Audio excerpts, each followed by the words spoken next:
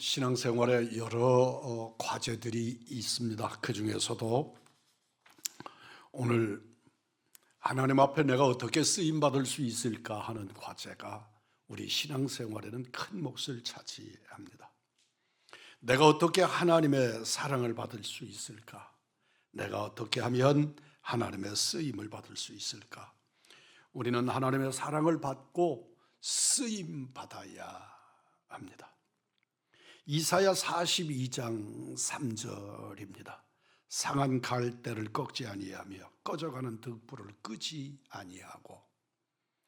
상한 갈대나 꺼져가는 등불이 삶에 무슨 도움이 될 수 있겠습니까?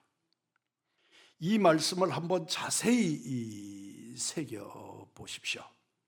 하나님이 그것들을 꺾지 않는다고 하시지 사용하겠다고 말씀하고 있지 않습니다.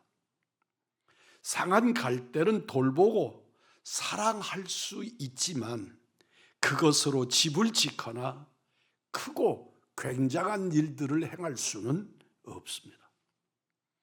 꺼져가는 등불로 어두움을 밝힐 수는 없습니다.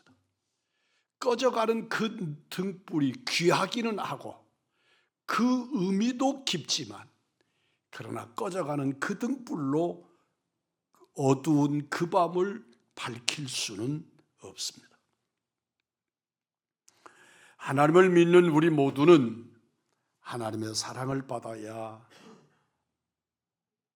하나님 사랑뿐만 아니라 사랑받고 뿐만 아니라 쓰임도 받아야 합니다. 우리는 사랑받기 위해서 태어난 사람이라고 노래합니다. 옳습니다. 사랑받기 위해서 태어났을 뿐만 아니라 쓰임받기 위해서 존재하는 사람들입니다. 사랑받고 쓰임받으려고 하면 성장해야 합니다. 자라나야 합니다. 자라야 쓰임받고 성장해야 사용받습니다. 영적 성장을 사람의 성장 단계에 맞춰보면 각 단계마다 특징이 있습니다. 오늘 성경이 말씀하는 대로 아이 단계, 청년 단계, 아버지, 부모의 단계가 있습니다. 제주도에 가면 아주 제주도가 자랑하는 수목원이 있고 거기에 보면 나무들을 못 자라게 만들어 가지고 그렇게 그래서 중국의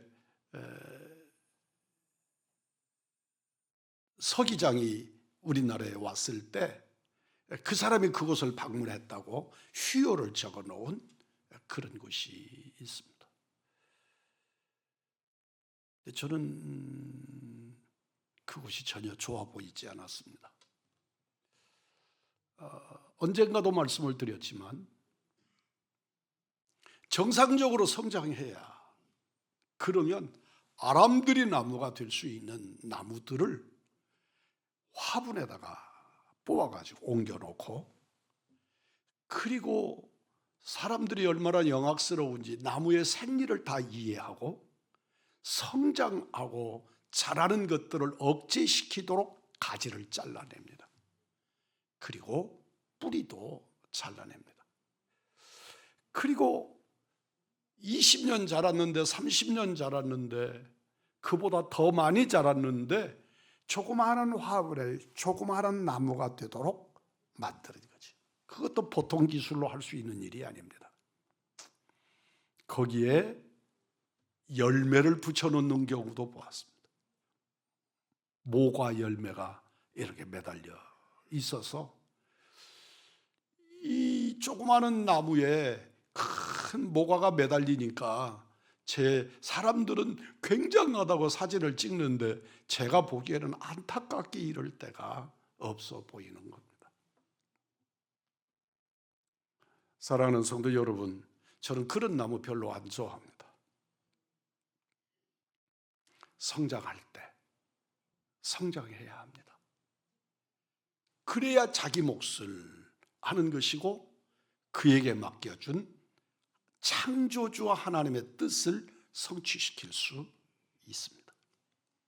오늘 본문 12절입니다. 자녀들아, 내가 너희에게 쓰는 것은 너희 죄가 그 이름으로 말미암아 사함을 받았으며.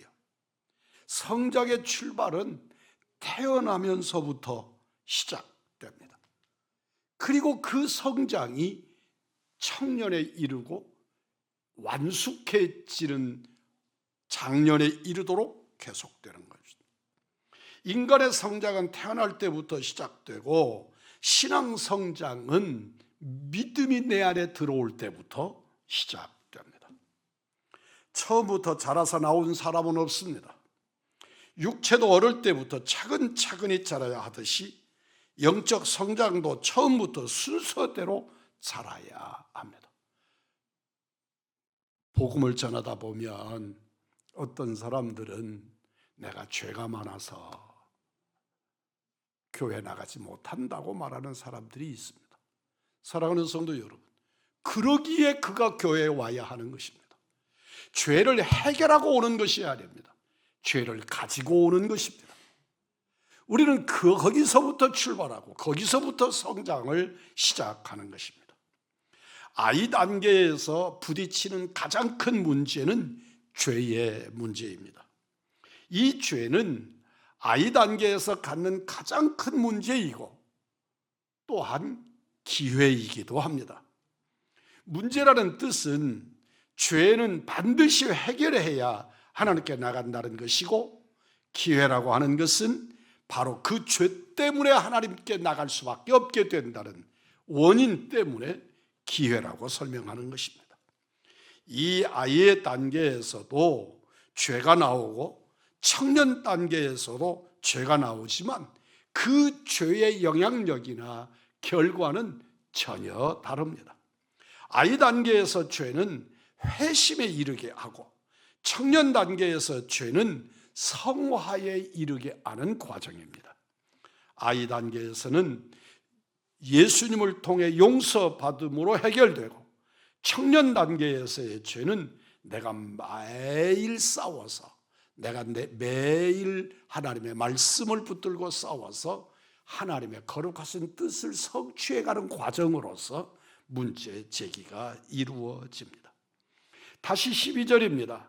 자녀들아, 내가 너희에게 쓰는 것은 너희 죄가 그 이름으로 말미암아 사함을 받았으며.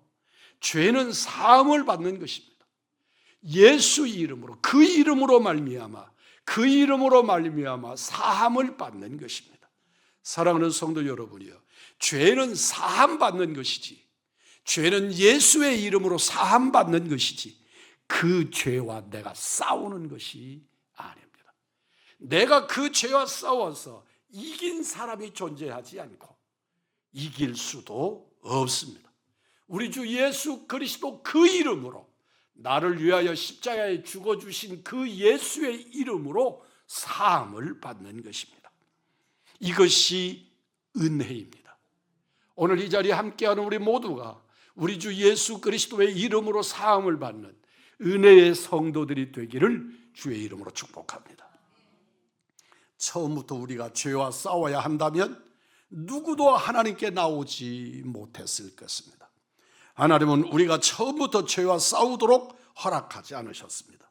너희 죄가 그의 이름으로 말미암아 사함을 받았으며. 죄는 사함 받는 것을 믿으면 아멘 하십시다.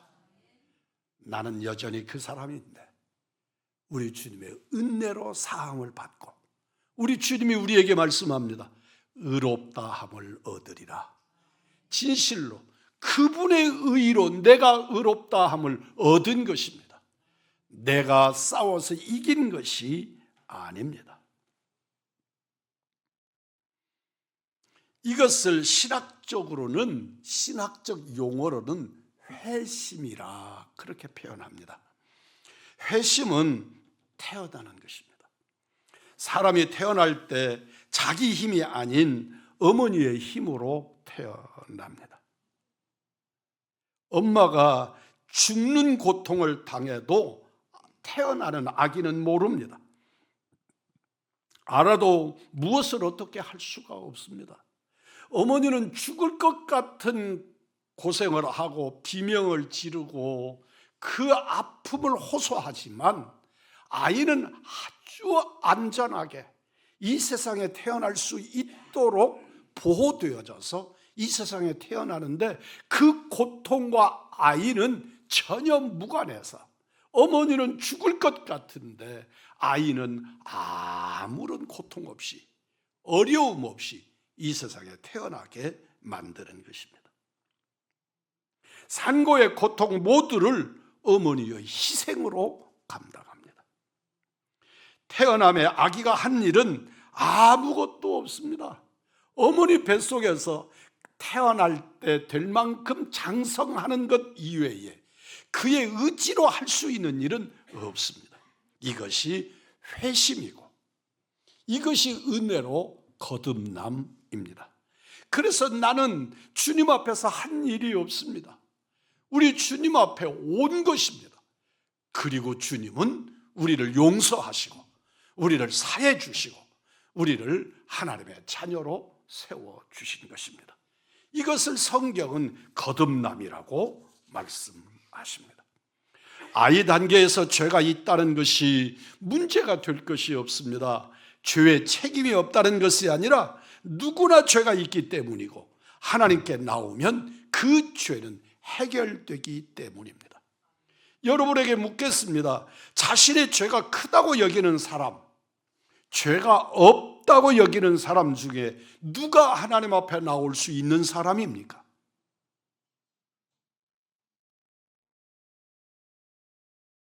한번 대답해 보십시오. 아멘. 진정으로 내가 죄인이라고 하는 의식, 자각이 있는 사람, 또한 내 죄가 커서 나는 감당할 수가 없다는 사람들이 주님 앞에 나올 수 있습니다. 누가 하나님께 나옵니까? 자기가 죄인인 줄을 인정하는 사람입니다. 죄가 없다고 고집피지 말고 내가 해결하려고 고생할 필요도 없습니다. 하나님께 그 죄를 가지고 나오시면 됩니다.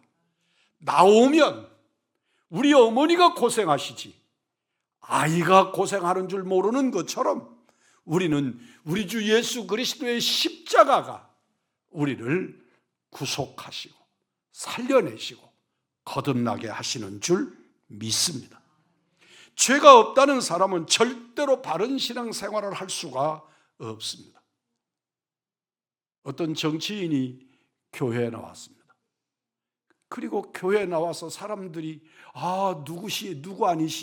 누구 아니시냐고 반갑게 그를 맞이했습니다. 어느 시간만큼 지나가니까 그 사람이 나오지 않습니다. 목사님은 속 없이 그에게 전화를 하는 겁니다. 아니 요사이에 안 뵙니다. 그러니까 그분이 말을 떠듬떠듬 하다가 하는 말이 선거가 끝났잖아요. 그랬습니다.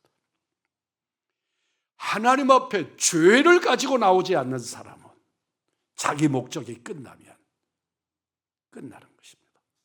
그러나 하나님 앞에 자기 죄의 속죄의 문제를 가지고 죄의 고민을 가지고 하나님 앞에 나오는 사람은 우리 주님이 영원히 나의 주 나의 하나님이신 줄 믿습니다. 자신을 죄인으로 여기는 사람은 그 무거운 죄를 벗어야만 합니다. 안식이 용서가 필요합니다. 존 버년이 쓴 철로 역정에서 장망성을 떠난 기독도가 있습니다. 장망성을 왜 기독도가 떠납니까? 어느 날 자기를 바라보니까 자기가 무거운 짐을 짊어지고 있는 겁니다. 자기 스스로 보지 못했던, 발견하지 못했던, 태어나면서부터 가지고 있는 짐이라서 이 짐을 해결할 방법도 그래야 될 이유도 찾지 못했는데 어느 순간에 그 짐이 자기가 해결해야 될 짐이라는 것을 깨닫고 난 다음부터 이 내가 존재론적으로 짊어지고 있는 이 인생의 죄짐을 어떻게 하면 벗어내 던질 수 있을까? 그리고 그 죄를 짐을 걷어낼 수 있는 하나님의 천성을 향하여 출발하여 떠나는 것입니다. 사랑하는 성도 여러분, 내 안에 죄의 자각이 일어나지 않으면 우리는 신앙생활 할 수 없습니다. 교회는 윤리적인 곳입니다. 도덕적인 것입니다. 그러나 그것이 목표가 아닙니다. 우리는 결단코 하나님 앞에서 죄의 대속함의 은총의 백성으로, 하나님 나라의 구원받은 백성으로 살고자 함이지, 이 땅에서 윤리 도덕의 문제 때문에 교회에 오는 것이 아닙니다. 우리들은 그것들은 부가가치입니다. 본질이 아닙니다. 우리는 하나님 앞에 와서 서로 사랑하고 아끼고 섬기고 그리고 함께, 그게 교회의 몫입니다. 그러나 그것 때문에 교회가 존재하는 것이 아닙니다. 교회는 생명 구원의 문제, 죄의 해결의 문제가 우리들에게 근원적인 본질의 문제인 줄 믿습니다. 죄가 없어야 하나님께 나오는 것이 아닙니다.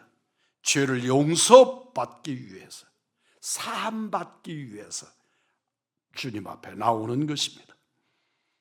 12절입니다. 너희가 죄의 이름으로 말미암아 사함을 받았으며, 예수 이름으로 죄사함 받은 여러분은 하나님의 자녀인 줄 믿습니다. 두 번째는 청년의 단계가 있습니다. 그 아이가 자라서 청년이 되면 상황이 달라집니다.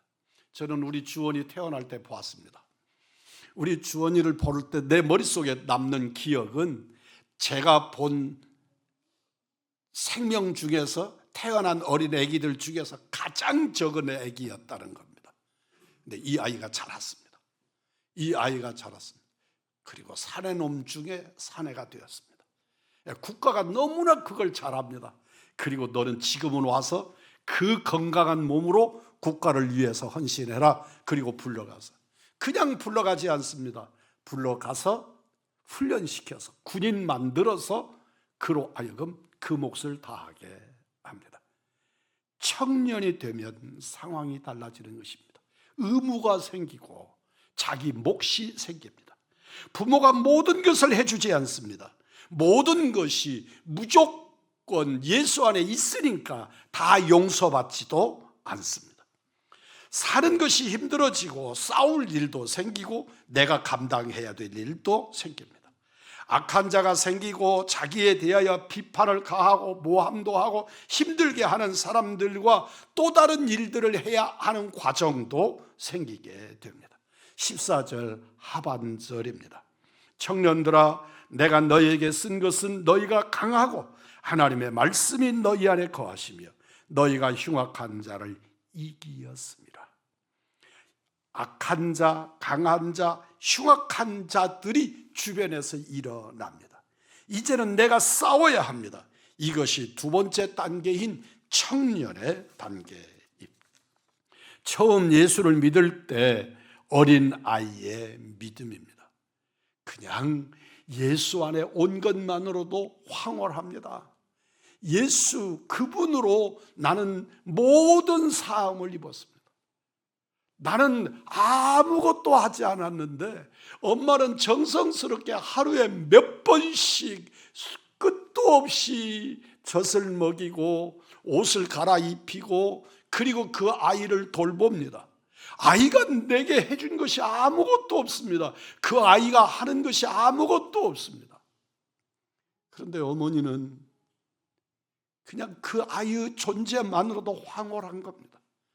그 아이가 밤새 울면서 엄마 아빠를 잠을 재우지 않아도 그 아이가 끙끙 앓면 견딜 수 없어서 엄마는 모든 희생을, 아버지는 모든 정성을 그 아이에게 쏟아냅니다.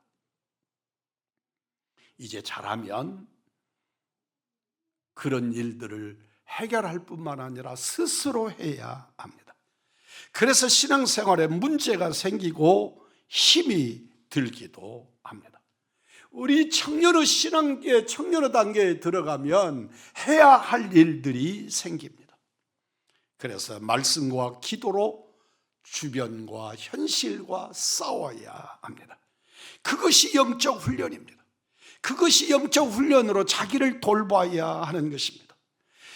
어려서는 아기였을 때는 안 해도 되었고 해도 너무 잘 되던 일들이 이제는 잘 안 됩니다.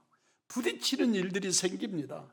이제는 중학교까지는 그냥 저절로 가게 되더니 고등학교쯤 가게 되니까 시험 보라 그럽니다. 합격자만 다닌답니다. 대학은 더더욱이나 그렇습니다. 이제는 군대 갔다 오고 직장에 가는 데는 정말 그곳은 정글입니다. 그런 싸움들을, 영적 싸움들을 겪어야 합니다. 옛날에는 기도가 잘 되었는데 요즘은 기도가 잘 안 되십니까? 처음에는 모든 일이 잘 되었는데 요즘은 안 되는 일들이 더 많습니까? 처음에는 하나님의 사랑이 그저 물 흐르듯이 나를 적셔왔는데 요즘은 하나님이 아주 멀리 계신 것 같기도 하고 안 계신 것 같기도 하고 그 양반이 나를 너무나 괴롭히는 분인 것 같기도 합니다. 우리 아이들에게 그러지 말라고 그러면 그만, 잔소리 좀 그만하라고. 여러분이 이제 청년 단계의 신앙 수준에 올라서 들어온 것입니다. 여러분, 청년으로서 그런 영적인 갈등들을 함께 누려야 할 것입니다. 육체적으로 청년들일 뿐만 아니라 정신적으로도 신앙적으로도 청년의 단계에 들어오면 온갖 갈등이 많아집니다. 청년 단계에서 가장 중요한 것은 싸우는 것입니다. 싸우기 위해 꼭 필요한 것은 거룩한 영적인 훈련들, 거룩한 영적인 습관들을 가져야 하는 것입니다. 여러분, 습관이 얼마나 중요한지 아시지요? 나쁜 습관은 나도 모르게 하나님 밖으로 자꾸 나가게 만듭니다. 나로 하여금 못된 것들을 가지게 만드는 것입니다. 그런데 놀랍게 우리 속담에 3살 버릇이 80까지 간다는 말이 있지 않습니까? 그래서 우리가 무엇이든지 저절로 될 수 있을 때, 어머니 품 안에서 어머니 손길로 모든 게 해결될 때 우리에게 거룩한 습관, 그리고 참 좋은 습관들을, 신앙의 습관들을 훈련해야 합니다. 어떤 이들은 우리의 신앙이 이만큼 성장하면 그때부터 그 신앙의 수준에 따라 이런 일도 하고 저런 일도 할 수 있다고 생각합니다. 그런데 여러분, 진실로 우리가 어려서 하나님의 말씀으로 바른 신앙 습관을 훈련받지 않은 사람들은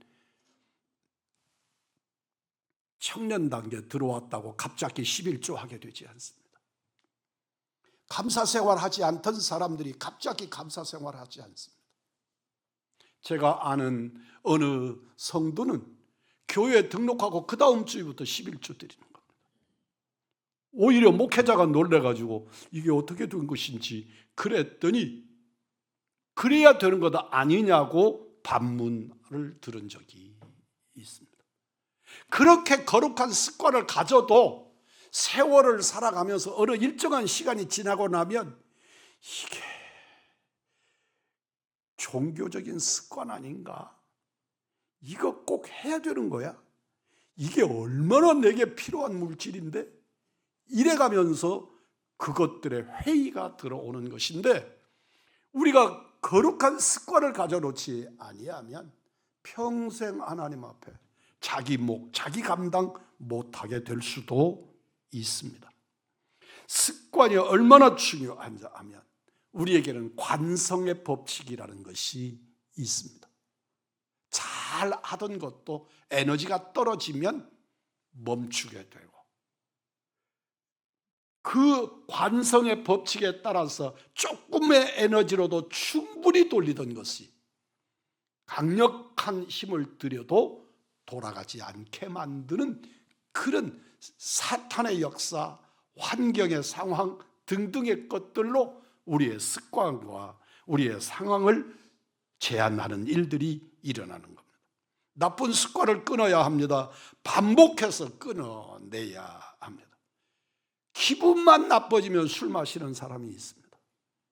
기분만 조금 불편해지면, 감정이 상하면 가서 한쪽에 가서 담배 피는 아저씨가 있습니다. 그리고 교회 안에 돌아오면 내가 또 졌구나. 그리고 그거 않겠다고 목사는 모르는데 찾아와서 제가 담배 폈거든요. 다음번에 이제 담배 끊겠으면 다시는 이런 일 하지 않겠습니다. 이러다가 또 마음만 상하면 가서 담배 피는 그런 사람들이 있습니다. 사랑하는 성도 여러분, 습관이라는 것이 얼마나 무서운지 모릅니다. 마귀의 작전은 우리를 아예 교회 못 나오게 하는 것이 아닙니다. 옛날 습관에서 벗어나지 못하게 만드는 것입니다.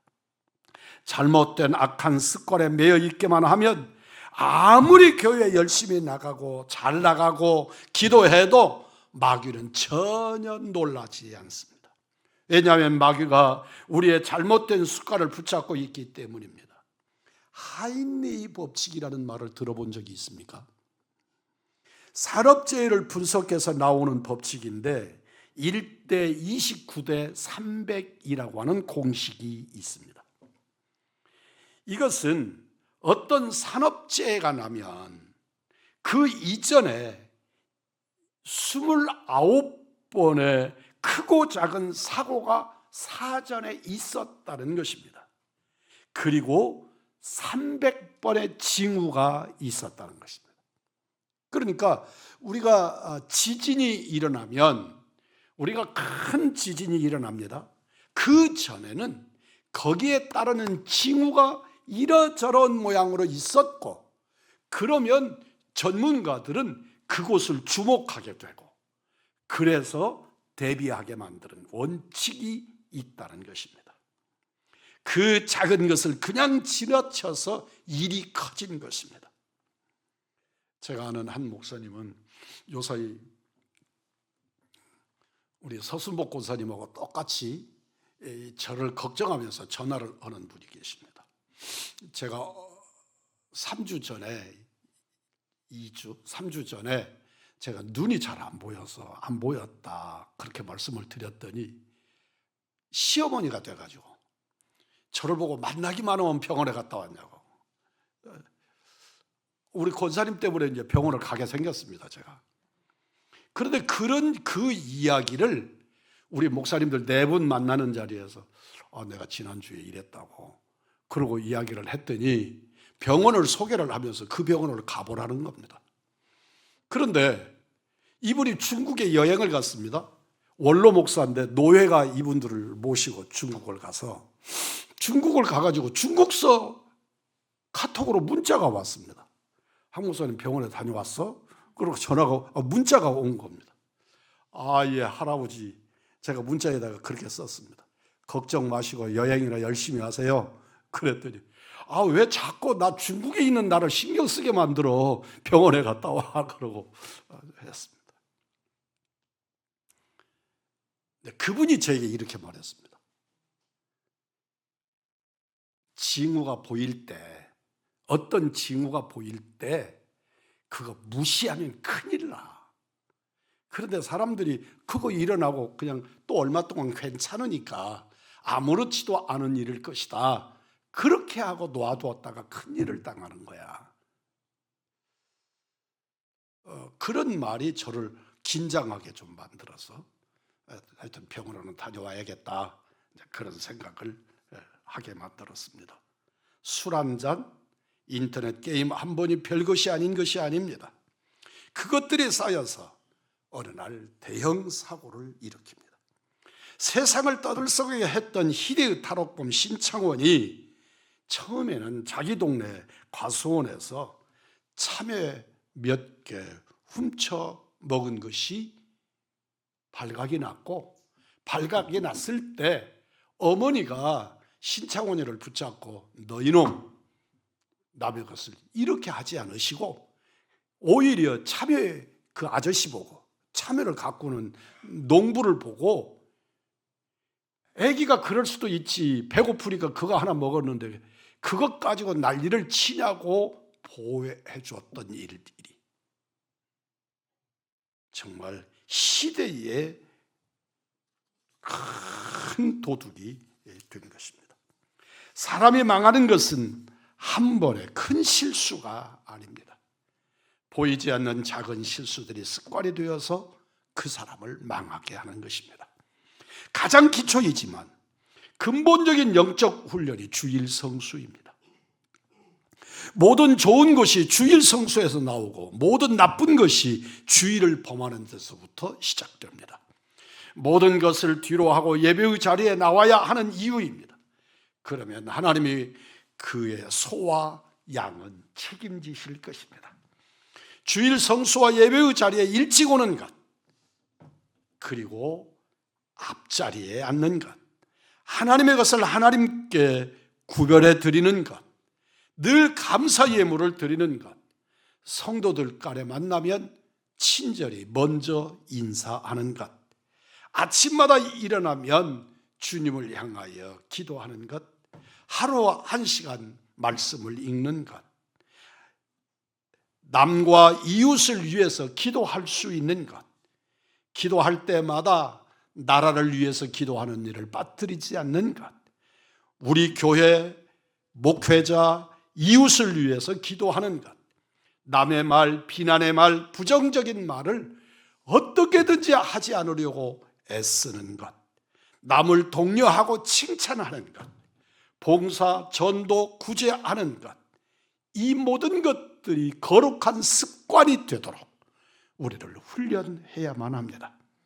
입만 벌리면 자기도 모르게 부정적인 말이 나오고 그 부정적인 말을 하고 돌아서면서 씁쓸한 마음을 쓰다듬으면서 내가 왜 이렇게 부정적이지? 내가 왜 이렇게 부정적인 말을 거듭하지? 그리고 그 다음번에는 도로 부정적인 말로 말을 시작하고 결론을 맺는 우리들의 태도를 고쳐야 합니다. 13절 하반절입니다. 청년들아, 내가 너희에게 쓰는 것은 너희가 악한 자를 이기었습니다. 따라서 하십시다. 이기었습니다. 이긴 여러분들이기를 주의 이름으로 축복합니다. 악한 자들, 악한 것을 이기는 것입니다. 어쩌다 이기는 것이 아닙니다. 오랫동안 쌓아놓은 거룩한 신앙 습관을 통해서 날마다 일마다 이기는 것입니다. 처음은 몇 번은 질 수도 있지만 다시 또 싸웁니다. 포기하지 않고 끝까지 말씀과 성령으로 싸워 승리하십시오. 그것이 청년의 때입니다. 이렇게 해서 도달한 것이 아버지의 단계입니다. 13절 상반절입니다. 아비들아, 내가 너에게 쓰는 것은 너희가 태초부터 계신 이를 알미요. 이 단계의 특징은 하나님을 아는 단계입니다. 여기서 말하는 알미라는 것은 지식으로 아는 것이 아닙니다. 삶으로 아는 것입니다. 머리로 아는 것이 아니라 몸으로 아는 것입니다. 경험으로 아는 것입니다. 신앙으로 아는 것입니다. 아버지의 영적 성장의 때를 빼놓을 수 없는 말씀이 요한일서 3장 2절입니다. 사랑하는 자들아, 우리가 지금은 하나님의 자녀라. 장래에 어떻게 될 것은 아직 나타나지 아니하였으나 그가 나타내심이 되면 우리가 그와 같을 줄 아는 것은 그 계신 대로 볼 것을 인함이니. 그렇게 하나님을 아는 것입니다. 오늘에 되어져 오늘 알았다는 것이 아닙니다. 오늘 보인다는 것이 아닙니다. 미래의 일들을 믿음으로 미리 아는 것입니다. 그가 나타내심이 되면 우리가 그와 같을 줄을 아는 것입니다. 여기서 그는 하나님입니다. 우리는 구원받은 성도입니다. 에베소서 4장 13절에도 말씀이 있습니다. 우리가 다 하나님의 아들을 믿는 것과 아는 일에 하나가 되어 온전한 사람을 이루어 그리스도의 장성한 분량에 충만한 데까지 이르리니, 그리스도의 장성한 분량에 이르도록 성장해야 합니다. 그리스도의 장성한 분량, 예수로 꽉 찬 하나님의 사람이 되기까지 자라나는 것입니다. 유치한 어린 신앙에서 세상과 싸우는 치열한 청년의 신앙을 거쳐서 하나님의 얼굴과 인격으로 만나는 하나님의 사람이 되기까지 계속해서 자라게 하시는 그 은혜가 하나님이 우리에게 주시는 은혜인 줄 믿습니다. 신앙 성장, 영적 성장은 모든 신자의 행복한 목표입니다. 누구나 잘할 수 있고 잘해야 합니다. 우리는 두 가지만 하지 않으면 여러분은 잘합니다. 잘하고 있다고 만족에 빠지든지 못하고 있다고 포기하지 않으면 됩니다. 우리는 자만하지 마십시오. 내가 이만하면 돼. 우리 교회에서 나하고 견줄 사람이 누구야? 교만하지 마십시오. 그러면 그 순간에 성장은 멈춥니다. 뿐만 아니라 틀렸어. 나는 이제 소망이 없어. 아닙니다. 우리 주님은 죽은 자를 살려서 오늘 우리를 구원의 백성으로 삼아 주신 줄 믿습니다. 우리는 더 자라야 합니다. 어디까지 자랄까요? 그리스도의 분량에 이르도록 그리스도의 충만한 데까지 자랄 수 있습니다. 진실로 그리스도의 장성한 분량, 자라면 자랄수록 기쁨은 더 커지고 하나님은 더 많이 더 크게 우리를 사용해 주실 줄 믿습니다. 그리스도의 분량에 이르도록 자라나는 우리 의왕중앙교회 그리고 주의 종들 사랑하는 이들이 되시기를 주님의 이름으로